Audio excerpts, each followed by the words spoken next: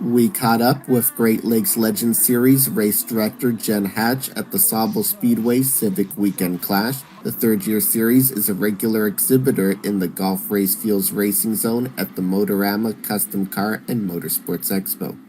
So the Great Lakes Legends are a series, we kind of call ourselves the West Coast series. So we do tracks like Grand Bend, Barney, Sauble, obviously, as we're enjoying a beautiful day here at Sauble Speedway.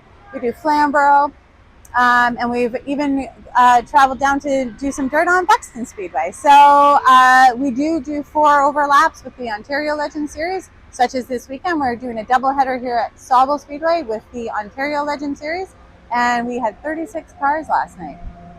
Yeah, that was certainly quite the show to see a big car count there. And I know a lot is like, the race in Michigan before the series. As you mentioned, having those combined weekends with the Ontario Legend Car Series. So what does sort of the growth look like for the series over the last few years?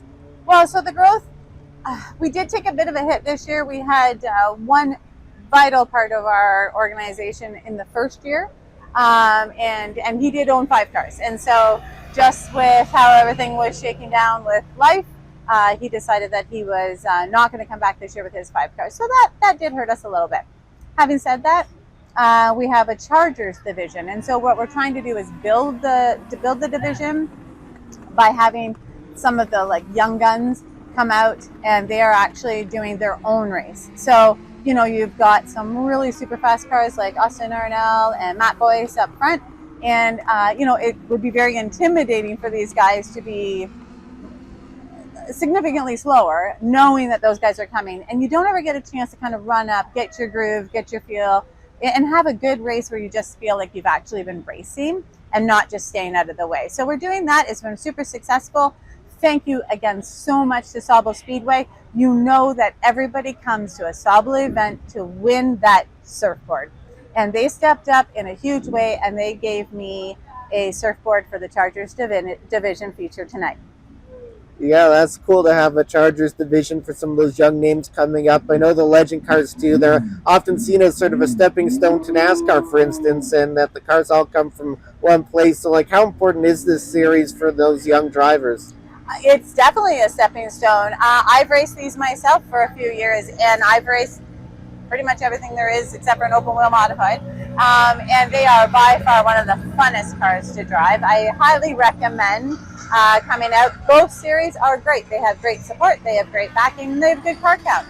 So I would say that we're growing, we're doing well, we're going to continue to grow, and I think legend car racing is very safe in Ontario.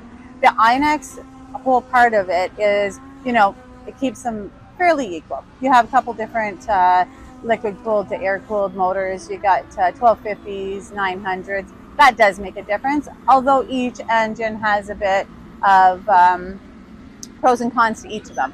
So having said that, it's a super competitive program that we're running, and at the end of the day, we're all just having a lot of fun.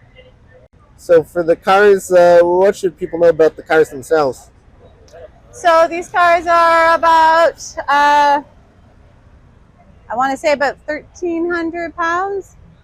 80, so I was darn close. So 1280, and you'll see here you've got your shifter, you've got first, neutral, second, third. We've got an indicator here so you can see what gear you're in. He's got his race receiver sitting there, so that's how we communicate with the guys. They've got brake bias front and back, so they can actually dial in their brake bias as they're out there on the track. And of course, Legends cars have been absolutely so incredibly popular with the sponsors too, because they're just so much fun to drive and people love them. So you can take a walk down here and see everybody's cars, and we have a lot of sponsorship on board. Yeah, for people who come out to an event, what can they expect for fans? So for fans, you can expect to sit on the edge of your seat. There's always some craziness happening on with our legend cars. There's always some heated discussions usually. We had a lovely, in our Chargers class, we had a lovely synchronized spin. Like, they would have definitely won a synchronized event if there had been one here today. So just a lot of really close, good racing. And so many cars. I think we have 33 cars here tonight.